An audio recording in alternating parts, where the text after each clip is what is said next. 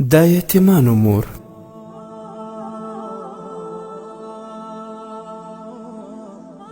عبدالله ابن مبارک رحمه الله یو ډیر صالح سړی تیر شوی دی. هغه د حج اراده وکړه. ماخوستن له کوره ووتی چې د دوستانو او قریبانو څخه د خدای پاماني واخلي او حج ته روان شي. هغه په لار کې یوه ښځه تر سترګو شوه چې په کثافتدانۍ یعنې کچردانۍ کې ګرځېدل. ښځې په کچردانۍ کې مړه شوې چرګه پیدا کړه. هغه یې راواخیستل، تر بغل لاندې یې پټه کړه او روانه شوه. عبدالله ابن مبارک رحمه الله په ښځې پسې غږ وکړی چې ای د الله مینځي، تا دلته څه کول؟ ښځې ورته وویل ای د الله بنده، مخلوق او خپل خالق سره پرېږده، د الله په کارونو کار مه لره. عبدالله ابن مبارک رحمه الله ښځې ته بیا وویل چې تا ته د الله قسم در کوم، تا دلته څه کول؟ ښځې ورته وویل چې قسم دې راکړئ درته وبه وایم. د ښځې له سترګو اوښکې راوبهېدلې او ورته یې وویل چې زه یو غریبه کونډه یم، 4 لوڼې لرم چې د هغو پلار مړ دی. کومې پیسې چې هغه راپاته کړې وې هغه تمامې شوې. خلکو ته مې خواستونه وکړه چې خواخوږي او مرسته راسره وکړي، خو چا نه رحم او نه اهمیت راکړی. اوس له ډېرې مجبورۍ راووتلم چې د لوڼو لپاره د خوراک څه وموندم، ځکه چې لوڼو مې دا څو شپې څه شی نه دی خوړلی. هغه الله جل جلاله ما ته دا مړه چرګه را په نصیب کړه. اوس ته په هغه راسره جنجال کوي. کله چې عبدالله ابن مبارک رحمه الله د ښځې خبرې واورېدې په ژړا شو. ښځې ته یې په خیرات کې هغه خپل د حج راجمع کړي پیسې ټولې ورکړې. ښځه ډیره په خوشحالۍ کور ته روانه شوه او عبدالله ابن مبارک خپل کور ته ولاړی.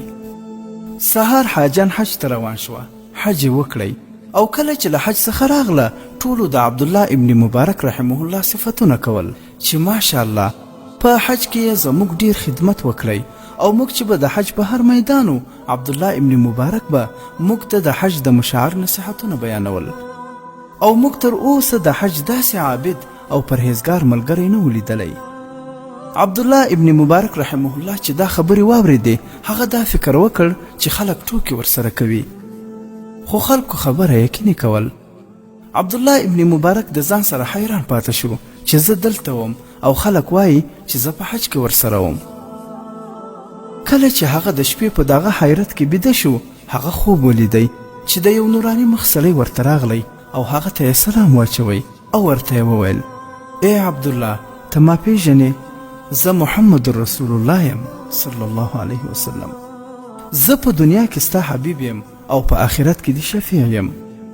الله جل جلاله دې تاسو ته زما د امت سره د ښو کولو اجر عظیم درکړي. ای عبدالله لکه تا چې د هغې د یتیمانو د مور سره سخاوت وکړی، الله جل جلاله ستا سره هم په مقابل کې سخاوت وکړی چې ستاسو په شکل یې ملایکه د حاجانو سره ولیږله او ستا لپاره یې حج وکړی. او لکه تا چې د هغو یتیمانو پرده وکړه الله جل جلاله هم ستا پرده وکړه او الله جل جلاله ټولو حاجانو ته د یوه حج ثواب ورکړی، خو تا ته یې د 80 حجونو ثواب درکړی.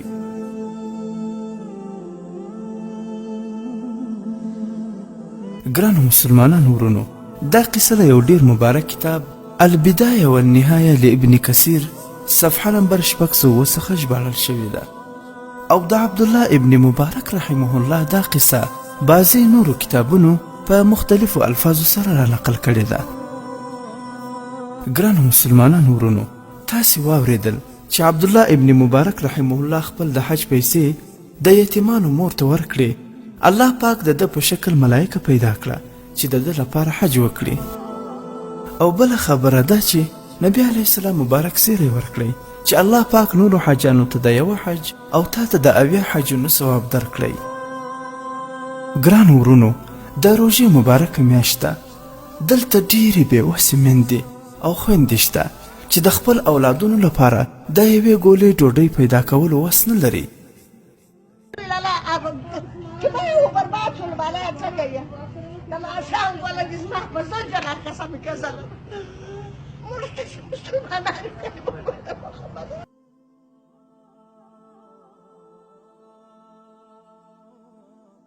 دا مبارکه میاشتې موقع ده، تاسې چې د دوی سره مرسته وکړئ اجرونه یې بیخي زیات دي. د نبي علیه الصلاة وسلام حدیث شریف دی چې فقرا وپیژنئ او عزت یې وکړئ، له هغو سره دولت دی. پوښتنه وشوه یا رسول الله له هغو سره کوم دولت دی؟ رسول الله صلی الله علیه وسلم وفرمایل کله چې د قیامت ورځ راشي نو الله جل جلاله هغو ته فرمایي چا چې پر تاسو خوراک څښاک کړی او جامې یې درته اخیستې دي د هغو لاس ونیسئ او جنت کې یې داخل کړئ. کتاب مکاشفة القلوب، صفحه نمبر 198.